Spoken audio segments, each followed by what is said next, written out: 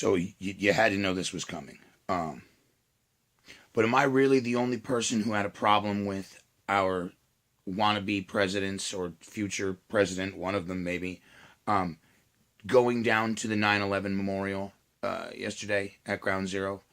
See, you didn't actually lose friends there. You were not the cousin of Oriole Palmer, the firefighter from the 73rd floor. You were not friends with Matt Yarnell, who you went to school with in New Jersey in 7th grade, in Kinnelon. You were not. And by you being there, you prevented a lot of us from being there. Okay? And that goes for Hillary and Donald. Now,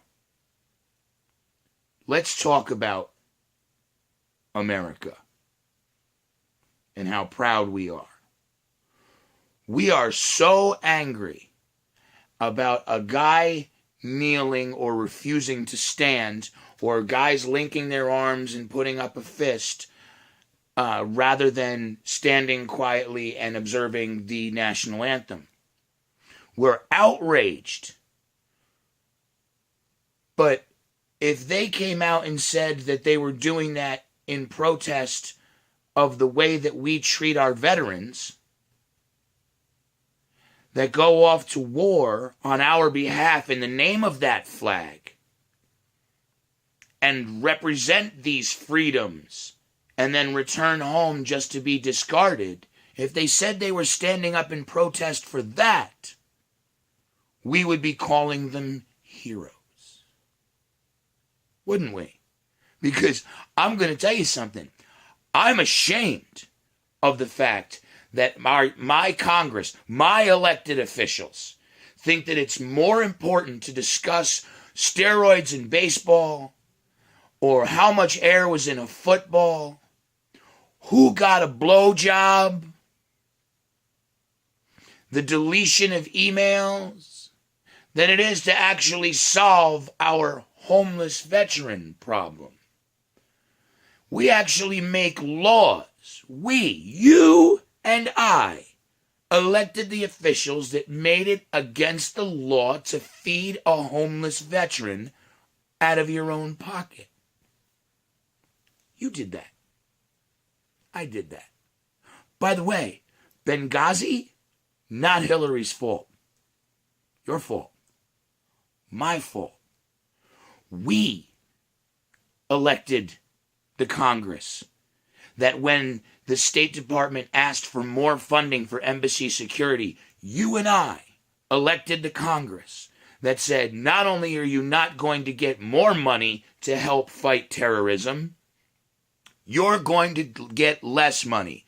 It's $291 million less money. And when you and I were warned by the Secretary of State, who I don't think people appreciate just how important that position is. There's the President, the Vice President, and the Secretary of State. That's the inline for succession for presidency. Behind the President is the Vice President. Behind that is the Secretary of State. So when the Secretary of State tells the American public and our elected officials, you and I elected them, that cutting $291 million out of embassy security funding would definitely put American lives at risk. And you and I didn't do anything when they did it anyway, because we were too busy talking about a Kardashian or a Honey Boo Boo or a Jared. We were too busy caring about who wasn't standing for a national anthem, or the millionth time that you were being told Obama was coming to take your guns. But we, collectively, did nothing. Now, Obama didn't elect them, and Hillary didn't elect those people. You did. I did. That blood is on our hands. So I'm sick of hearing about that. Now, let's elect instead. Let's discuss who we're going to elect. We're going to elect Trump, the guy who says that he prefers his war heroes uncaptured. He never apologized for saying that, by the way. The one who says that the mother, the grief-stricken mother of a fallen soldier just recently, wasn't allowed to speak, perhaps because she's Muslim. I don't know, you tell me. That's his way of deflecting his racism and xenophobia. Is people are telling me that, but he'll never tell you who those people are. But I don't know, you tell me. People are saying maybe she couldn't talk because she's a Muslim. Nobody said that but you, Donald. He has suggested that the president is not legitimate. He's never admitted that he believes that the president is the legitimate president. He has said that he always opposed the war in Iraq, even though it has been pointed out and proven time and time again that as early as 2002, right after that, he said that, yeah, I guess, when asked about supporting Iraq. He's called the invasion of Iraq, he actually called it a great, great success. And it wasn't until like a year and a half later, almost, that he started to even say, well, I wouldn't have done it that way. So that's all just, nobody's calling him on that lie. We're more worried about did Hillary collapse from Parkinson's disease? The guy who says that he has the utmost respect for America and says that he saw thousands and thousands of Americans, Muslim Americans, but Americans cheering in the streets on 9/11. The man who says we don't use our nuclear weapons often enough. The man who says that he has the utmost respect for our military, but yet when he says he tells them to commit war crimes, they're not going to refuse. Believe me, they won't refuse me. And on killing women and children, if I say do it, I've always been a leader. I have no problem leading anyone. And if I say do it, they're going to do it. So that is the man who says that he has the utmost respect for our servicemen and servicewomen.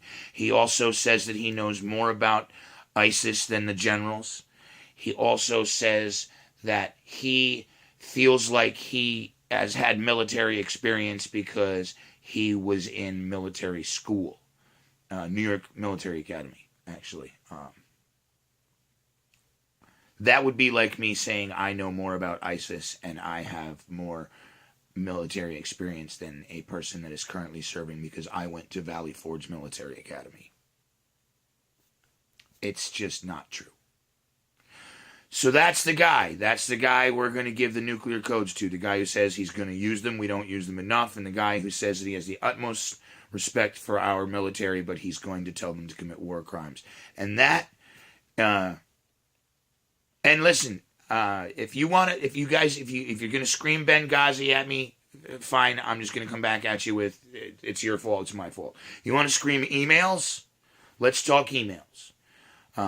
33,000 emails were deleted. Now, every girl who's ever sent a naked selfie knows that once it's on the internet, it's on the internet. The fact that you and I didn't get to read those 30,000 emails is because they're not for you and me to be able to read.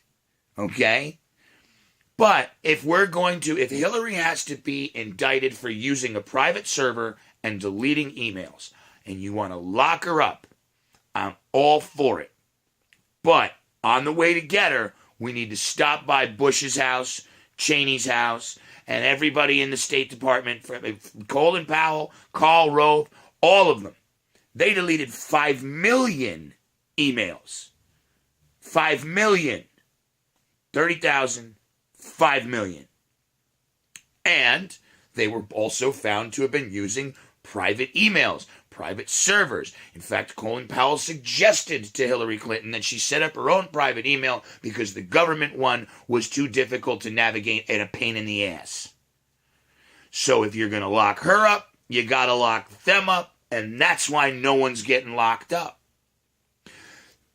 The Pentagon has lost $6.5 trillion in the last 15 years. That is 1/3 of our national debt. They can't tell you where the money is.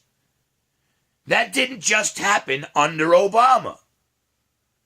$6.5 trillion has gone missing.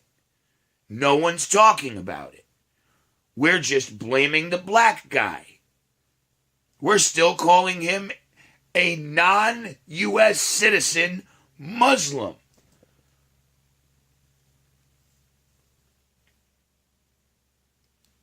Keep it classy, America.